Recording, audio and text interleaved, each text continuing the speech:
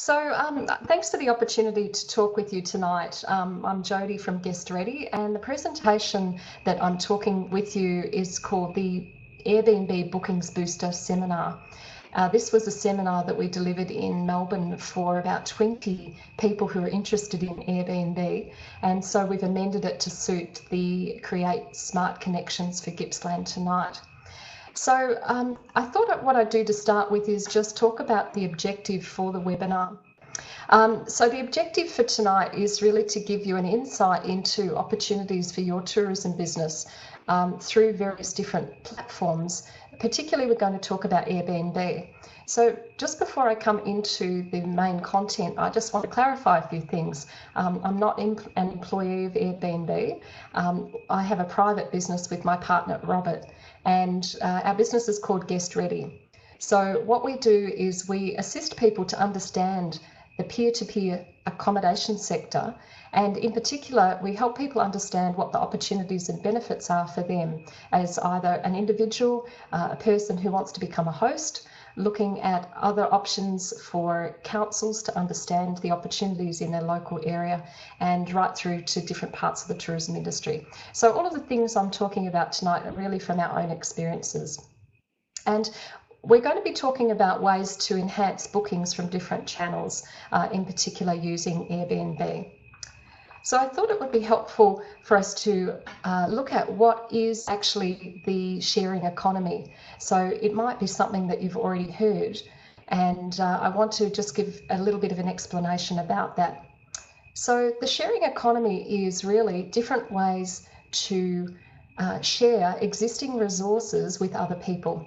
So it could be something that you share with people freely, and that might be coordinated through a website. It could be different methods and ways of sharing things within a community. And it could be like a toy library, for example, where people share things that they no longer need or would like to share with people in their local area. And the other thing about sharing is that there's different ways that that can transact. So it could be facilitated by a website. Typically that could be done with people all around the world, or it could be actually in a more localized area using an app or something of a geographical nature. So there's all sorts of things that people are sharing these days. They're sharing rides with platforms that can help them travel and commute together. They're sharing tools, and there's also sharing of space and physical space, in particular accommodation. So there's also another term called collaborative consumption, and later on I'll talk about some of the other thoughts about that. But in essence, it's actually ways to utilise resources that might not be utilised in a previous way. So essentially, I'm going to be talking about ways that you can consider using platforms like Airbnb to market your business, or even potentially connect with if you're a tour operator or an attraction, or perhaps even a visitor information centre. I'd just also like to give you a bit of background about myself. So my background's in the tourism industry, and I worked as a CEO of a not-for-profit organisation called Travellers Aid. And just last year, I decided to put my apartment in Melbourne on Airbnb. So this is a platform, a website for people to transact between each other all around the world to book and arrange accommodation. And I moved in with my partner, Rob, in Coburg in Melbourne, and we really realised that there's an opportunity for us to market the accommodation to different people. We love travelling ourselves, and we wanted to share that experience of Melbourne and help people live like a local. So we got the apartment ready, and we developed some great resources along the way. And through that, we actually then had people come and ask us for advice and ways that they can learn how to do this for themselves. So essentially, we've gone from one apartment to managing 2 others, and now we're focusing on training and development. So the big aspect of a website like Airbnb is really built on your own personal reputation and brand. So this isn't a platform where the corporate logos get prominent placement. It's actually peer-to-peer, it's people-to-people. And so if you're considering going down this route for your business, You have to think about building your own personal brand and reputation online. And as we go, feel free to type in any questions in the chat function down the bottom. And a welcome to Leander as well. So the peer-to-peer accommodation sector, there's other types of things that people can book, like Uber, which is a car sharing option where people can have a driver and come and collect them.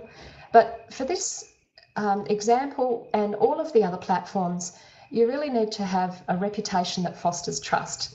So you need to be credible, reliable and likable. So people who are booking on Airbnb aren't going to necessarily look on TripAdvisor to find out things about you. They're going to go onto the Airbnb platform and they're going to read the reviews that guests have left about you. But there's some other aspects that you can do to build your credibility and having a great profile, including Facebook, verifying your identification and having, I guess, ways that you can present yourself as being a real credible person. So, sorry, I'll just go back a step. I've skipped a slide. So when you're anticipating receiving guests or guests are looking at your profile, they really need to know that you're capable of delivering their expectations and needs. And this is part of the visitor journey when people are dreaming and thinking about planning for their experience and they want to get to know you and feel that you're going to deliver on that experience for them. They need to know that you're going to be reliable. And in this platform too, for Airbnb, guests are booking this from all around the world and they may not have even been to your destination before. And then they often don't have different intermediaries involved, so people are booking this themselves. And just recently we've had a lot of corporates actually book on behalf of their staff as well. So they're wanting to make sure that the experience is going to be reliable and without cancellations and deliver on the promises. Also, this is all the business about people, and you know that from your experience and love of the tourism industry. And so it's really important to think about ways that you can really make this experience absolutely enjoyable for not just yourself, but for your guests as well. And appealing to their emotions, so directly connecting their behaviour, decision making and memories, and making them feel like they are absolutely very, very special and that you're giving them your undivided attention. So part of the opportunity on a platform like Airbnb is that you can build relationships with your guests, and this is all part of creating memorable experiences. And we've hosted over 90 guests or bookings in the last 12 months at 3 different properties, and we've also assisted a number of clients to host their own guests. So what we know that is really important about this platform is that people want to build a meaningful relationship. Now that might not mean that they want to be friends with you forever, or they might not want to be friends with you beyond that trip, but they also want to have some sort of connection with you. And so, for example, we had some guests who came from Canada for the Australia Open in Melbourne, and you know, their experience of Melbourne was captured in video and film and slides, and they sent me a copy when they got back to Canada. And our apartment and us featured quite a lot in that, even though we have an unhosted arrangement, meaning that we are not living on the premises. So you're still able to connect with people even if you're not sharing that home with them. One of the things about the Airbnb story, which is quite interesting, I'd just like to share with you, is that it actually started in San Francisco by 2 guys who wanted to improve some income for their apartment, and they needed to make rent. And there was a big design conference on at the time. So what they did was actually put some air mattresses in their lounge rooms, through 3 air mattresses, and advertised it online. They created a website, and people who were traveling to San Francisco for a design conference actually came to stay with them, complete strangers. So the whole concept of Airbnb that started from that moment onwards enabled people who hadn't met each other in 2007 to actually meet people and develop new experiences and live in a different part of the city that they might not normally visit. So now it's really expanded to over 30,000 listings just in Australia alone, and millions of people all around the world who are travelling this way. So there's over 25 million guests in 34,000 cities, and there's in fact 600 castles, 190 countries, and that's over 1 million listings worldwide. So it's growing quite rapidly. And not just growing rapidly in cities, but in regional and rural areas where there may not have been this type of accommodation offered. So one aspect of this type of peer-to-peer experiences, it's really about you, and it's about ways that people can connect with you.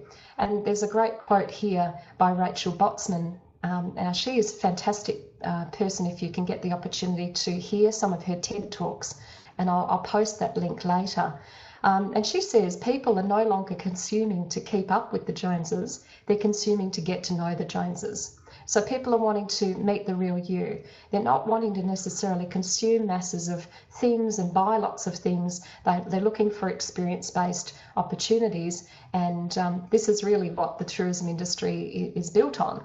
And there's great ways to think about bringing that authentic part of yourself through your marketing, not just the products and the facilities that you're offering. So you need to also consider why it is you're doing this. And there's a great TED Talk again by Simon Sinek, and he says, people don't buy what you do, they buy why you do it. Now, when we train people, yes, I know I skipped a slide because I said that I talked about authenticity. Thank you, Angela. What do people want? They want to have something authentic, and they want to understand what you're passionate about. And this is a great opportunity for you to think about ways that you can build more of yourself in the marketing and in that interaction with your guests. And there's an opportunity to tell your unique story. So the Airbnb platform enables you as a host to be able to write your own profile about your business, about yourself. And that gives you the opportunity to explain to people what it is you love about meeting and greeting people from all around the world, and what sort of passions and hobbies you have, so that your guests can see where there's a really nice fit and match, so that they can consider coming to stay with you. I'd just like to briefly talk about the Airbnb hospitality standards. So we've been a host for just over 12 months. That's 90 bookings with people from all around the world. And these hospitality standards are a great guide for people to consider it from all aspects for the guest experience, but also ensuring that their listings are accurate and up to date. The difference with this platform as opposed to other platforms is that the host reviews the guest and the guest reviews the host. I'll say that again slowly. The guest reviews the host and the host reviews the guest. So you are making a decision and a choice of taking your guests and accepting their bookings based on their online reputation, plus also where there's a nice fit. Now, of course, that should never be discriminatory or used in a negative way, but it does give you control and influence over who you accept as your guests. And this is actually quite an interesting part of the platform. There are other ways that people can set up their listing, including an instant book, which means that the booking is just accepted with some certain provisos. But we recommend for people using the platform to start with that they don't use the instant book function, and they can get to know people and understand to make sure that the expectations are met and that people will have a great experience and that what you've got to offer actually meets their needs. I'm glad you're back, May. Welcome. So when you're considering any sort of marketing activity for your business or for the region, then you need to address your target market, and a platform like Airbnb is exactly the same. So when I was thinking about what are the opportunities for Gippsland for platforms like Airbnb, I started looking at what you've developed and done as a community, as a sector, as a region. And I mean, there's amazing things you're doing, of course, but one thing that really stuck out to me was the Gippsland Accessible Tourism Plan and a commitment for the shires and the councils in your regions to be fully inclusive and accessible. The great thing about the Airbnb platform that it gives you the opportunity to put quite a lot of free text in your listing. And you can tick the box for amenities which talk about whether you have an elevator. Of course, in most properties that's not going to be relevant, or whether you provide showers, soap and toiletry items. It also includes an opportunity for you to tick whether you are wheelchair accessible. Now, we know that accessibility is well and truly beyond wheelchairs. Imagine the possibilities of using your listing to actually explain how inclusive and accessible your products or your service is, and link that with the regional plans and all of the great work that you're doing about making Gippsland a known destination for being accessible. So that's something I'd like you to consider as maybe as an opportunity. So if you think of the phases of travel, we've got the reflecting part, where people are, the dreaming part to start with, of people thinking about that trip or that destination, the planning, the actual undertaking of the travel, and then the reflecting. And so guests who are booking on platforms like Airbnb are going through all of those phases of travel like other guests as well. The difference is that they're organising it all themselves. And as you would know from your own experiences, people also travel for different reasons. So they're not just necessarily travelling for leisure and pleasure. So you might have people who is coming to stay in your region who are coming for work or for major projects, or to undertake research, or visiting friends and family for a whole range of reasons. And sometimes those reasons aren't necessarily happy. There might be a death in the family. So all of those influences about why people travel have influences during those phases of travel. I'd like to just talk a little bit about some of the psychological aspects of appealing to different guests. And this is something that Airbnb in particular and some other peer-to-peer websites have been very successful in helping make a match between attitudes, values, behaviours, interests and opinions and lifestyle, so that people connect with local people and not just come in and tour around and see things on their own, but they actually connect with people on a human community level. And the indicators of trust, as I briefly mentioned before, include the actual listing itself, and here we have the verifications. So that's your online proof, social proof. And this is particularly a bit challenging for people who don't have an online presence, people who don't use social media or may not be very confident about connecting with some of those different medium. And there are people who are described as internet ghosts. So that's usually a term for people who really don't have much of a presence online. So it's important as both a guest and a host that you can actually build those indicators of trust. One of the ways that can be done is having references. So when I started to host, I didn't have any guests, and I couldn't actually have anybody review my property because nobody had stayed there. So the references is a really great function where I actually invited people who I'd worked with, friends, family, to tell a little bit about me that gave an indication to future guests about the sort of person I am and the sort of experience that they could anticipate receiving when they come to stay at my apartment. So the references are actually a very good way to build more of that indicator of trust. And then once the guests stay, then we encourage people to write reviews. We have about 60 reviews, and you can go to guestready.com.au and click through on the pictures of the properties and you can see the reviews there. The great thing about the review is that you can actually also respond to the guest, and the reviews aren't published until both the guest and the host have undertaken that review process. So I can't be influenced as a host by comments made by the guest and vice versa.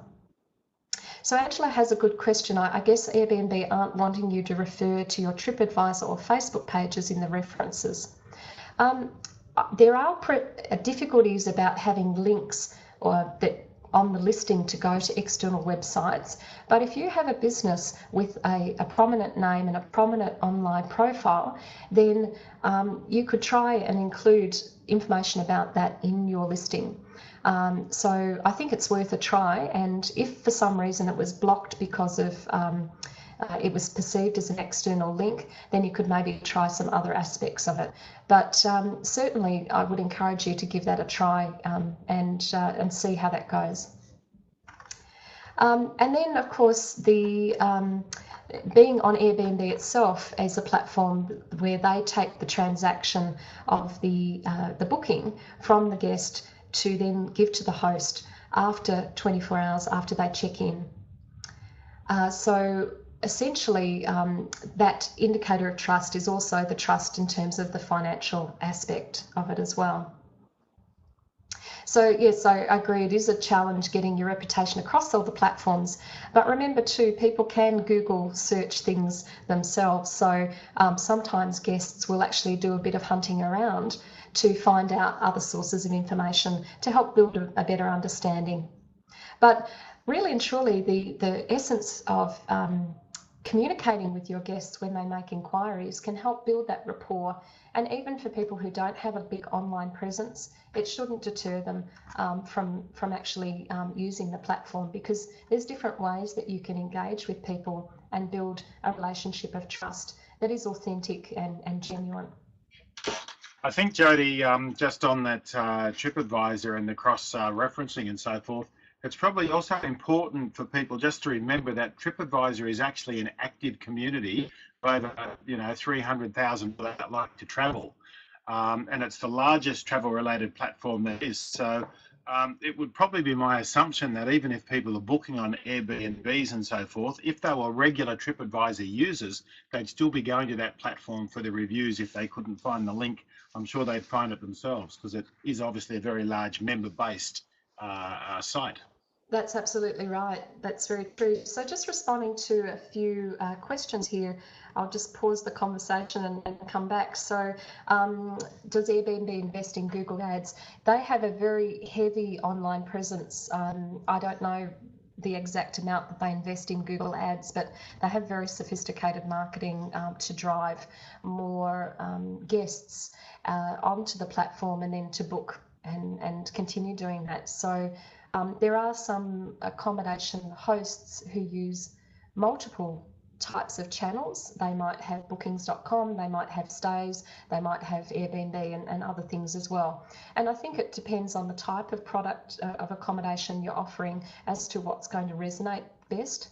For some people, they start off with one thing and try it and continue on different types of ways of attracting bookings. And Leander, are there complications if you're already a channel manager, using a channel manager?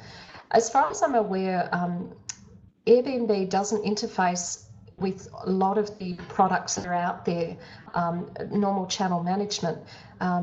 And the reason being is because it was primarily set up for individuals who are renting out a spare room or part of their home as individuals. There are some people I know who have multiple properties and they are using channel management software. And there are ways that you can sync calendars both from your other calendars and also Google Calendar to make sure that you don't get double bookings.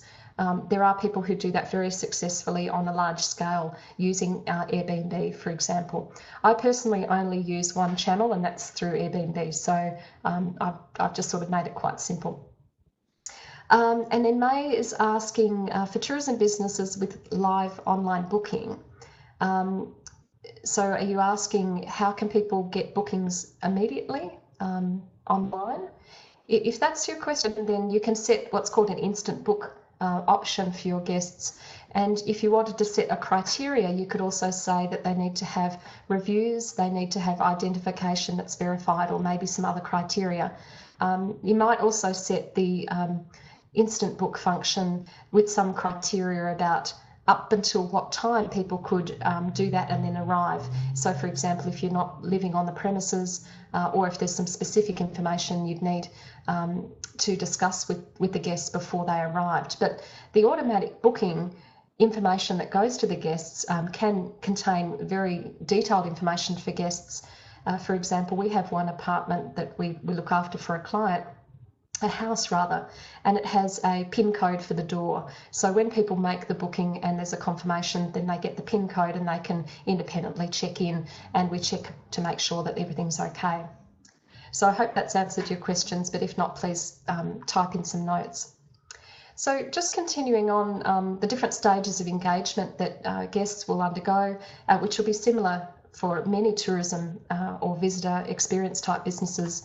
So all along the way, you're engaging with their communications, ensuring that they've got the right information for their arrival. And we also develop some great tools to leave in the apartments, such as a welcome manual, which is really comprehensive about how things work and the Wi-Fi password, that sort of thing.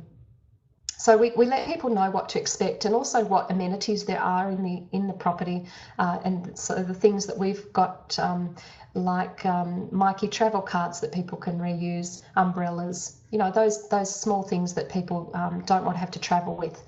And then, of course, when they're in-house and they're staying with you, then engaging with them, understanding and reading if they want to be engaged with, or if they really want their privacy and not intruding on people and their time. And ensuring, as part of that journey, a positive departure and acknowledging them and thanking them, and then inviting them to write a review. And we actually ask people to write reviews now. In the past, we were a little bit shy about it, but we've become more, I guess, upfront about that, because it is very important.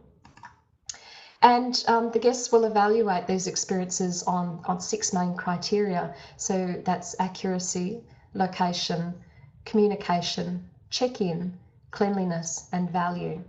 And as a host, you evaluate the guests on criteria, particularly about their communication and the cleanliness that they've left the apartment.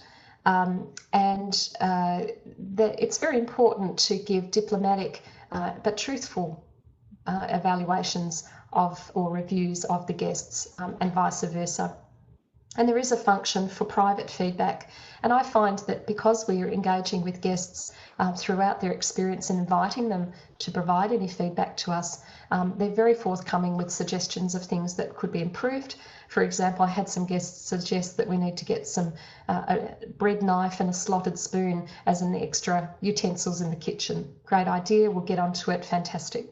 Or if something's not working, and even though we do maintenance checks, the guests let us know. So there, I wouldn't expect those sort of things to come up in the guest review, because hopefully there's been a dialogue beforehand and we can address that.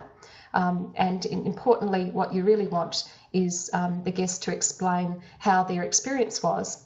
And as a host, you also want to explain what sort of guest they are, that they treat your property well, that they respect your neighbours, that they're helpful, that they arrived on time, or if there were any issues that they communicated with you, and that they're respectful of your place, because for most hosts it is in fact their home. So this is a big part of educating guests. My partner Rob and I went to the BnB Open, which was a world event of hosts in San Francisco in November 2014. And so there are 1,400 hosts who have a whole range of different types of experiences that they're offering guests.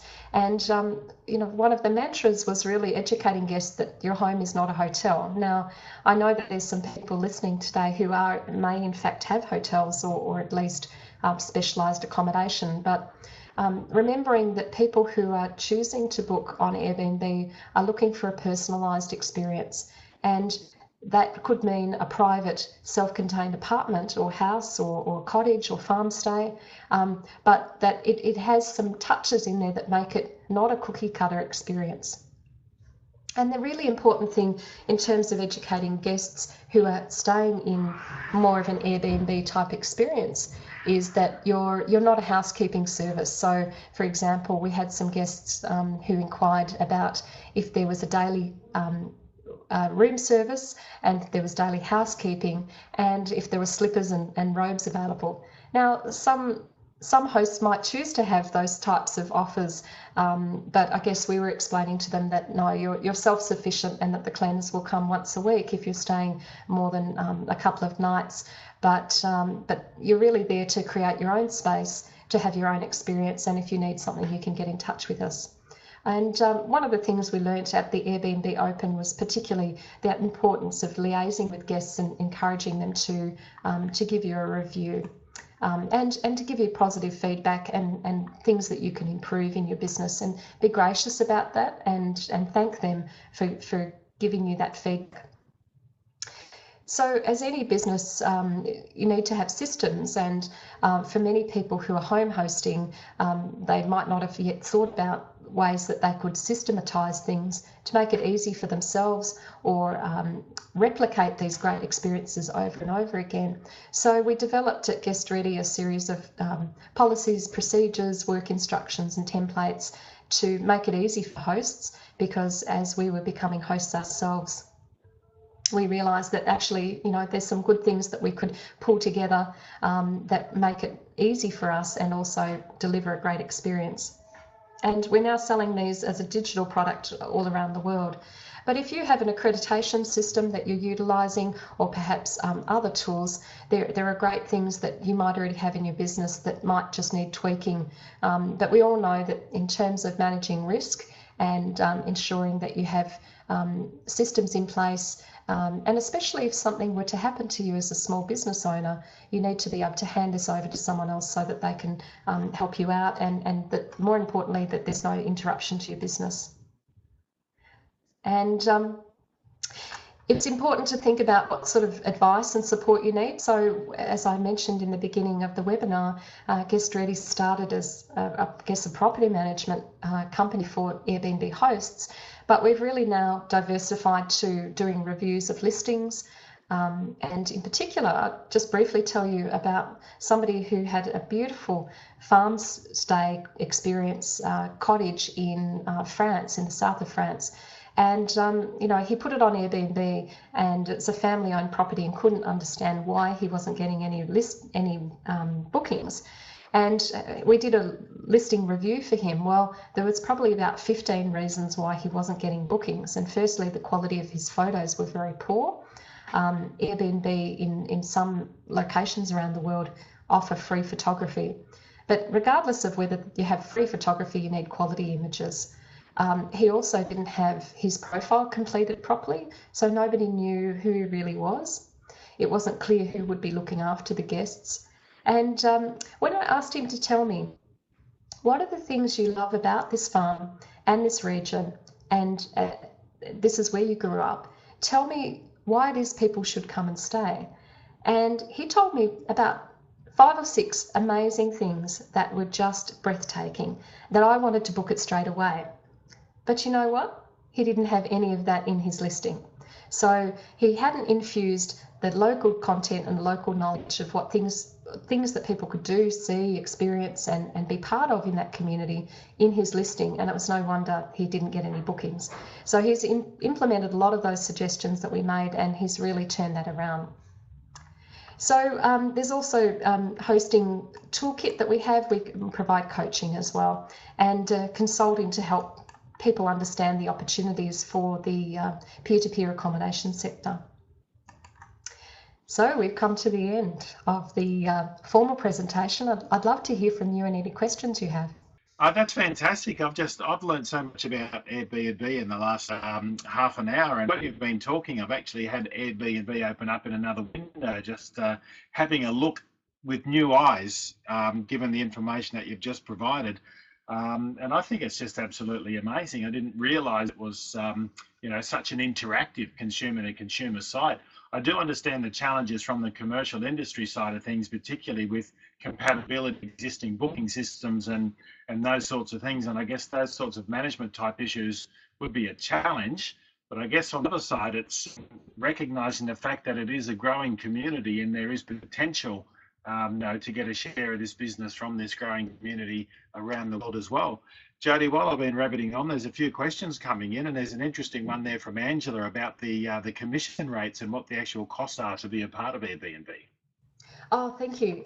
So Airbnb don't charge a upfront cost to join the platform as a host.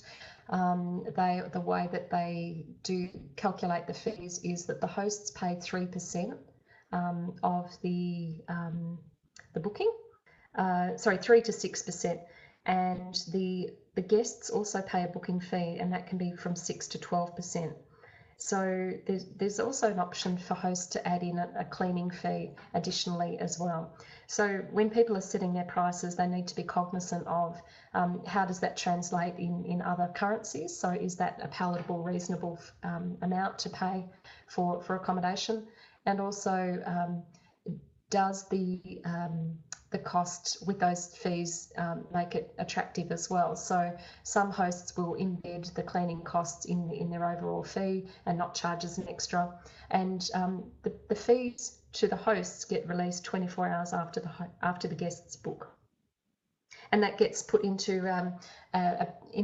your PayPal account, and we have great reports that all hosts can generate from their listing to hand over to their accountants for all of their taxation issues, and making sure that that's all accounted for. So from the consumer point of view, don't the actual consumer making the booking have to be a member of Airbnb? Well, it's not necessarily a membership, but they need to have a listing, and the listing needs to be hopefully completed as fully as possible to give them that online reputation. We can always tell when there's new guests who have just joined because they typically don't have a profile photo. They often don't have things completed. So we see our role as sort of not just, accepting the inquiry and managing that, but encouraging them to complete their information so that they have more of a presence. And some people are very private as well, and we also, consider that. And we've had high-profile people stay with us who didn't want to have all their details online. So we have to sort of balance and respect that. So Jodie, interesting note there from Angela, with it being cheaper than Booking.com. This might be a question off notice, but do you know how sites like Airbnb would compare with Booking.com, which obviously has this massive advertising campaign, not only in Australia, but also several countries around the world? Do you know any idea on how it competes with juggernauts like Booking.com? No, I can't comment on that, I'm sorry. But what I can say is that at the moment there's about 30,000 listings in Australia. There's about 5,000 in Melbourne, about 10 in Sydney, and the predictions are that will at least double in the next 12 months across Australia. So there are places where listings are popping up in regional areas because of a range of different reasons, where there might not be adequate accommodation available, or and individual people who host might have a whole range of other reasons for becoming a host. They might be empty nesters. They might be somebody who's in financial hardship and needs to rent out spare space to get more income, right through to people who just love meeting people and want to enjoy that experience. So it's certainly growing very, very rapidly, and across Australia, and Melbourne in itself is an inbound destination. I think it's the 6th largest Airbnb inbound destination in the world, and there's a lot of regional dispersal. We're seeing groups, Airbnb host groups, established in the Mornington Peninsula, in the Goldfields area, and I'm not sure so much about Gippsland, but it wouldn't surprise me if they're established soon from hosts who want to come together. Lovely. Well, there's a lot of chat coming through there. And just before we go back to some of those questions from Angela, Janine just mentioned, when you mentioned those stats on the Airbnb growth, you just dropped out a bit. Could you just repeat those stats, Jodie? Certainly. So the stats for Australia, there are about 30,000 listings across Australia, and it's in Sydney. There's about 10,000 listings. In Melbourne, there's about 5,000 listings, and it's predicted that that will double in the next 12 months. So what about Melbourne, regional Victoria? I'm not that sure of the regional stats for local areas, but I did have a look online. There seems to be quite a big presence already of Airbnb hosts in the Lakes Entrance area in particular. So I think it's a matter of time until people explore whether this is an option for them as not just a channel, but individuals who might want to open their homes as well. Fabulous. Thank you very much for that. And I can see Leander and Angela are on fire with their questions. They've got some great questions coming through here. Angela was asking whether or not Airbnb collected in Trivago and other compared travel sites. So do they appear on those sorts of sites that don't actually book themselves but compare a lot of different sites out there? No, I don't think so, because they're individual properties. So the way that people search is by date availability or other types of key criteria. I'm not aware of them sort of being in that website. I mean, the Airbnb as its own platform is large enough with that stock, rather than people being in different directions and having to, think about having it listed elsewhere. I mean, most of the people who are looking for an Airbnb experience are looking for something different to perhaps those other types of platforms. Sure. I know on one of these similar sites, when I did a recent trip to North America, I actually used Uber for the first time, and Uber is like a consumer-to-consumer type of activity with cars rather than accommodation. And the very first time that I used it, I must admit, my wife and I were very nervous, thinking, is this the right thing to do, and who's coming along and whatever. But all the passengers rate the drivers rate the passengers. You pre-set it up with your credit card.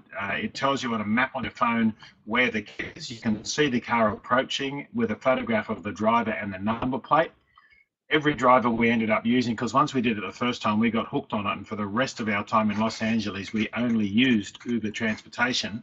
And at the end of it, the driver pushes a button. We find out exactly what the cost was. We had an estimate before the trip, so we knew what to expect. And then we'd get a rating from the driver, which we don't actually see the rating, but the drivers can rate the customers can rate the driver. There's no tips and things to worry about, and the cars are incredibly clean, and it was just a totally different experience to what I've ever seen before. And I've heard of Uber so much, but never actually used it.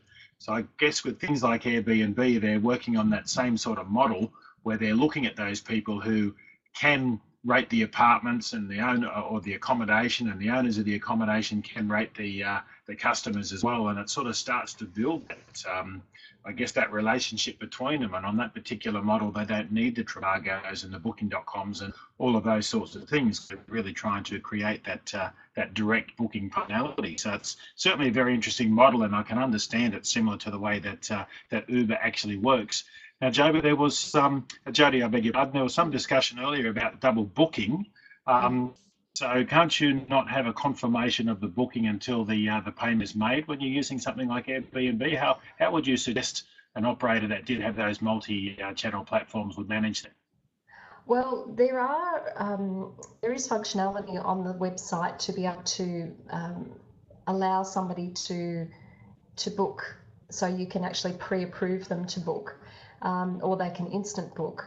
I was reading the comment there that there seems to be a lot of chat before the booking is confirmed. My experience is that if your listing is very well described and well written, and you have a very sort of quick response time to people's inquiries, and in fact that helps you with your response rating and your acceptance rate, and having verified photos, that helps actually with your where your listing is on the actual Airbnb website, it boosts up your rating listing so that people can find you better. So you get rewarded for tendering to your listing and making sure that things are up to date. So what I find is that on average there's sort of 2 pieces of correspondence with guests and then they book.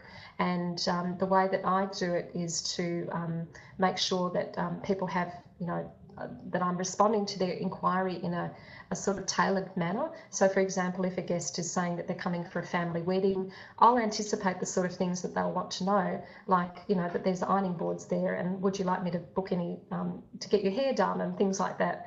So that's building a relationship, but it's also helping them understand what's on offer. And also, if I have more than one inquiry on at the same time and somebody is sort of dragging their feet with it, I will go back to them and say, look, there's other people who are interested. You either need to please, book ahead now, or I'll take the other booking. And I think most people understand you can't unreasonably, indefinitely go back and forth. And, if somebody is interested and they're going to commit, they need to book. You can't keep it open-ended. So I think that's just something you have to balance. And I use the app on the phone to respond to those queries, so it means I can do it on the go. And I see that a lot of them actually have cancellation policies. A lot of the suppliers have those cancellation policies on their listings as well. That's correct. So our cancellation policy is moderate. So that means if the guest cancels before 5 days, they'll receive their money back, and less the BnB booking fees.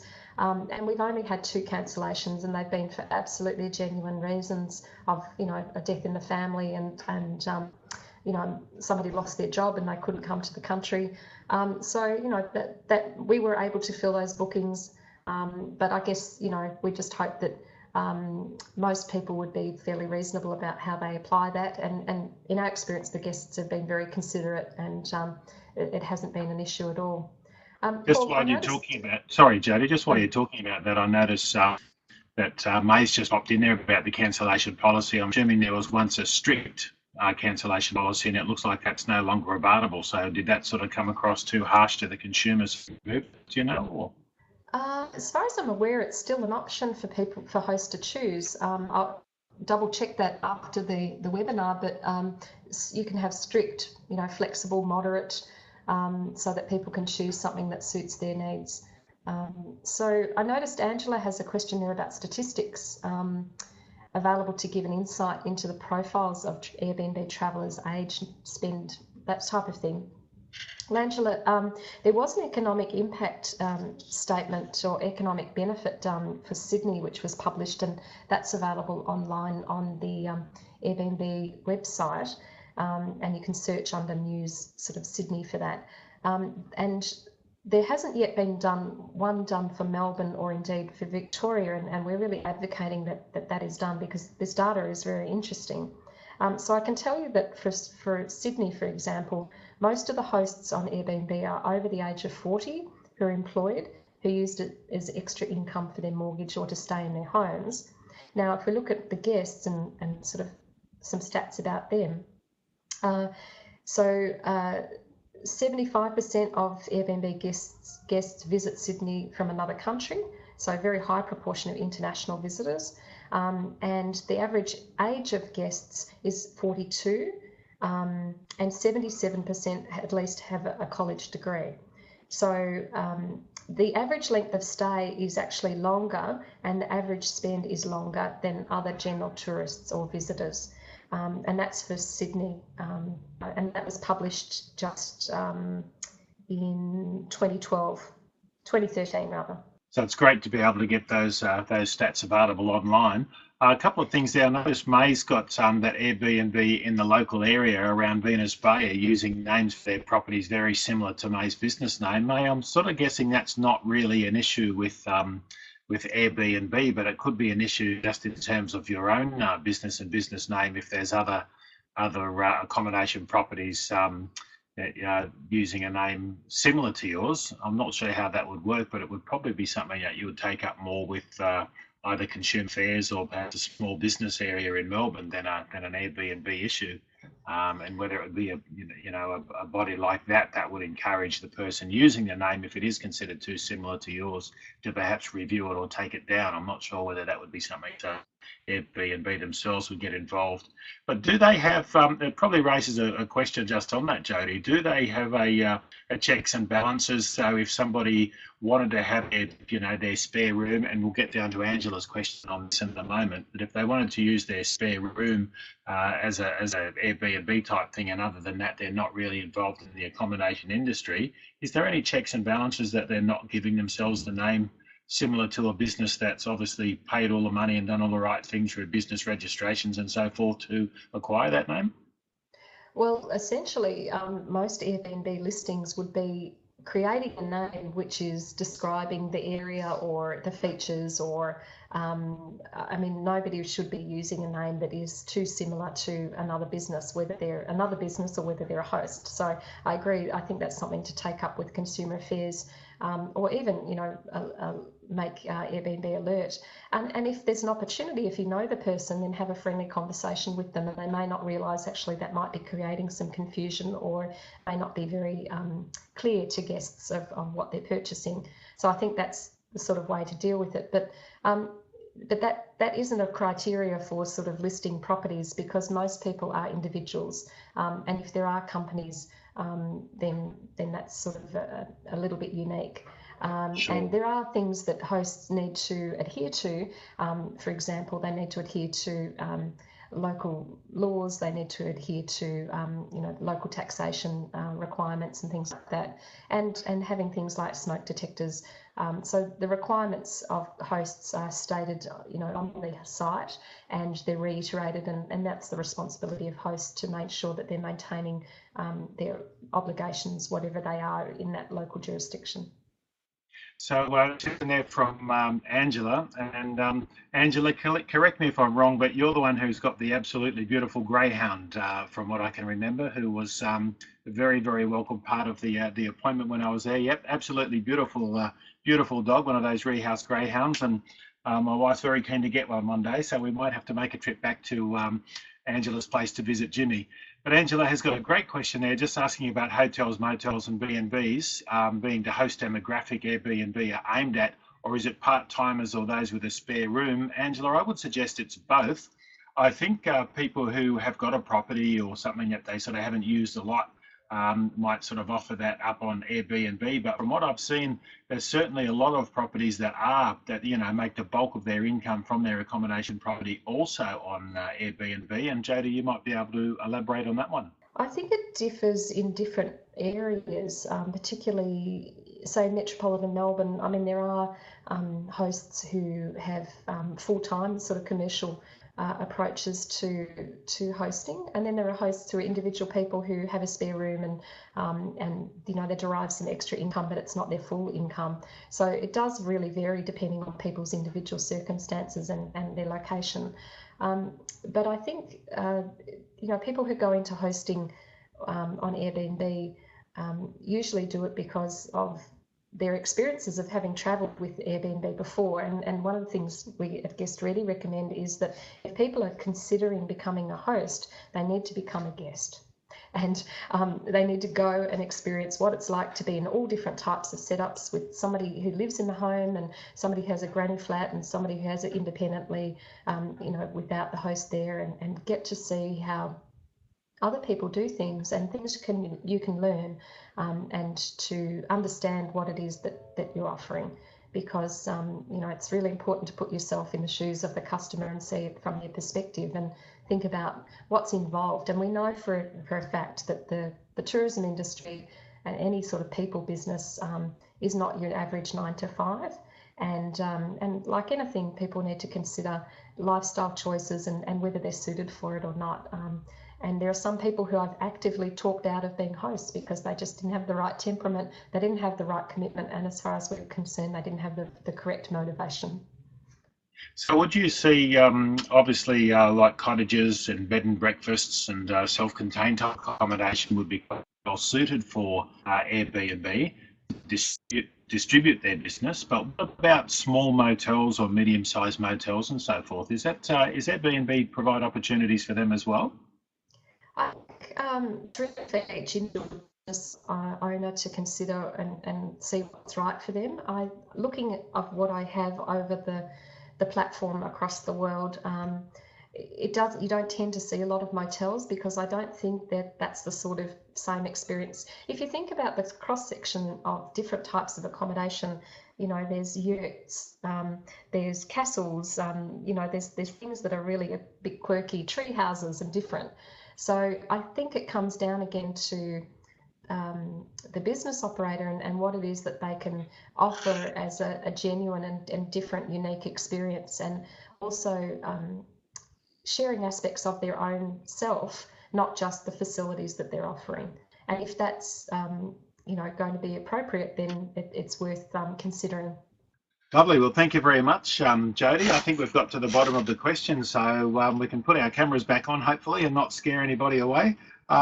So does anyone else have any questions while we've got Jodie on anything to do with Airbnb or indeed Guest Ready? If you have, you can type your question in there. But Jodie, thank you so much for making your time available to do this. It's really good that we can, get more information from people like yourself on some of these new things that are out there, because as you can appreciate, so many of these small businesses are bombarded every day with new opportunities and new directions and new outlets and distribution and commission. And I imagine it would be incredibly difficult to try and keep abreast of all of that information. So having an hour to spare in an evening in the comfort of their own home to listen to someone like you giving up your time is really appreciated. So thank you so much for doing that for us. Oh, thank you, Paul, and thank you everyone for joining and participating with your questions, and feel free to get in touch if you've had any questions. And I really enjoyed it. Thanks for the opportunity. Lovely. And if people do want to get in touch with you directly, they can do so. I think that was on your last slide, was it not, your contact details? That's correct. I'll just check that. So just bring that back up there. Yeah, that's correct. So if anybody would like to make a direct contact to Jodie for any more questions or anything that we didn't cover today, please feel free to do so.